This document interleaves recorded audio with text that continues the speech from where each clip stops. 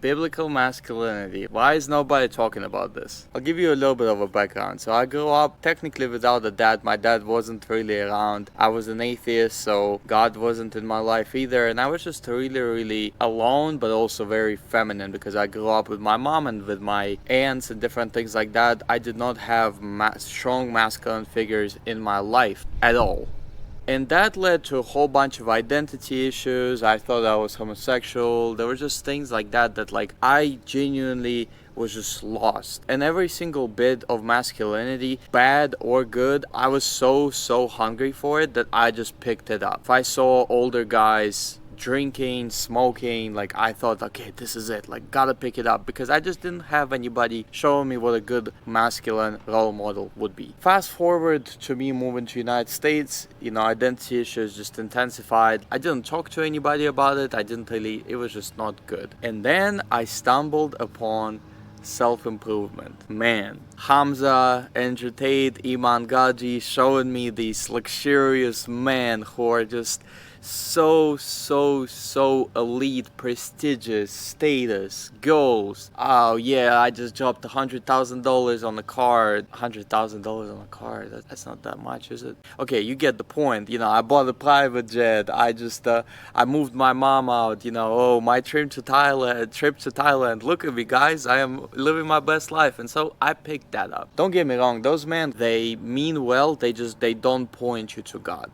So as a result, it's kind of very watered down, like there's a lot of greed, there's a lot of pride. Pride is like the main thing, and I mean, biblically, pride, it's just very not good. Pride led a whole bunch of people in the Bible to do a whole bunch of bad things, and God just did not really reward that. But that's what I rocked with, okay? And I'd just be sitting there like, yes.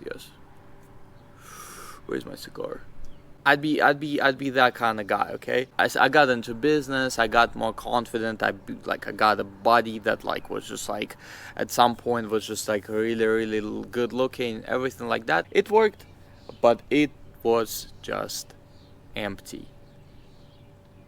In fact, the moment where God found me, I was literally so empty. I'd just be sitting there, I'd just be staring at the wall, and I'm like, I don't want to do anything. I don't want to go to the gym. I don't want to work on my business. I don't want to hustle. I don't want to be honest, I don't want to do anything. I don't even want to watch anything. I don't want to get motivation, inspiration. I don't want anything. It's just empty. What's the point? And then God found me. I was meeting God with very bad beliefs about Christianity as a whole. I thought it was just a whole bunch of meek guys, soy boys, just kind of sitting there yes, hallelujah. That's pretty much what modern church is, but I thought that Christ was like that. Modern church really didn't portray him, to me personally, as a strong masculine figure. I'd never even looked at him like that. I thought he was just kind of meek, turn the other cheek kind of guy, which those are attributes of Christ, but that's not identity of Christ. Identity of Christ, on the other hand, is of a conqueror, of a victor, of a king. As I'm starting to walk with God more and more, God is starting to purify me. God is starting to remove all those influences. I don't really get excited by, Lambos and private yachts and having 10 wives anymore. Stuff just doesn't excite me anymore. And so as a result, I'm just kind of sitting there.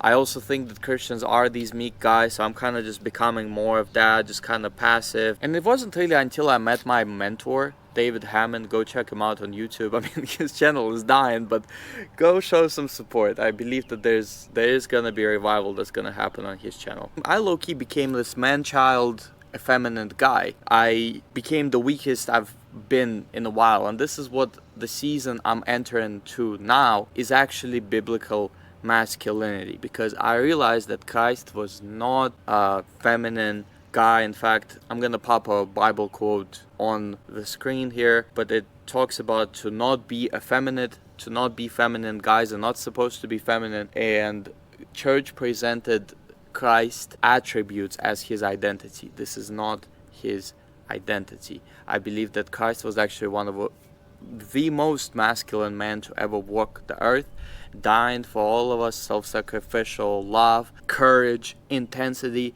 just literally going. I'm gonna pop another Bible quote here. He literally said, "Behold, we're going to Jerusalem, where I'm literally gonna die. And he led, disciples were scared, they did not want to go there, they did not understand it, but he just led them and like, I'm going to go and die and suffer many things for us. No meek, scared doormat would do that. And so the season I'm entering in is that biblical masculinity, man, there's nobody really teaching it. David Hammond was a great influence on me. He teaches it. But aside from him, like, I genuinely cannot find anybody teaching good biblical masculinity principles. There's so many of them in the Bible, but nobody's showing them. So as a result, guys are just becoming effeminate. And it literally says, I believe Paul said it, to not be one of those effeminate guys. I'm no perfect. I low-key am at the moment very feminine man-child kind of guy, and that's the beauty of it. I'm going to document my journey to becoming a biblically masculine man. The mindsets that I'm going to obtain throughout my journey, I'm going to share them. I'm going to share what worked for me, what didn't work for me. I just don't understand why toxic masculinity and red pill stuff is booming so much. But then you go to religion and you go to Christianity in specific, and you want to learn about masculinity there, nobody's really teaching it. Nobody's teaching it. I mean, young guys in general are not really teaching it at all. Like any kind of biblical anything, wisdom, right? But biblical masculinity, man, it's an important thing. Very important thing. Masculinity. That's what I'm going to be studying up on. Right now I'm studying the character of David. Somebody in the church told me that I have a strong spirit of David. I'm still so new to my walk with God. I've read the Bible through one time, but I truly do not even understand David's character. So that's what I'm going to be studying up on as I go through my journey, either stepping into identity of David, stepping into being more Christ-like, wherever Holy Spirit leads me. I'm just really excited because I want biblically strong men around me. I still believe that as men, we're not supposed to be doing this whole thing by ourselves. We have God with us, but we also need fellowship.